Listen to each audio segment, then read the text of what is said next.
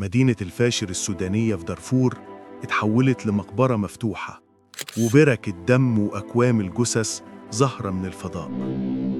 الفاشر مدينة كانت بتتنفس حياة، كانت الناس فيها بتضحك وتشتغل وتعيش في سلام، لكن النهاردة بقت رمز للموت والخراب. القصة بدأت من سنين لما الحكومة استعانت بقوات اسمها الدعم السريع علشان تحارب المتمردين في دارفور، لكن القوة دي كبرت وتحولت لقوة تانية داخل الدولة نفسها. ولما الخلاف بدأ بينهم، النار ولعت في السودان كله. دلوقتي الفاشر محاصرة من كل ناحية، الناس محبوسة جوه بيوتها، مفيش أكل، مفيش مية، المستشفيات وقفت، والشوارع فاضية إلا من الصمت والخوف.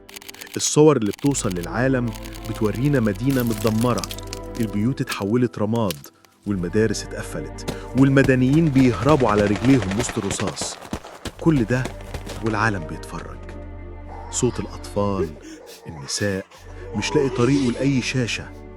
بس وسط الظلام ده لسه في ناس في الفاشر بتقاوم، بتحاول تعيش، وبتقول لسه الأمل موجود.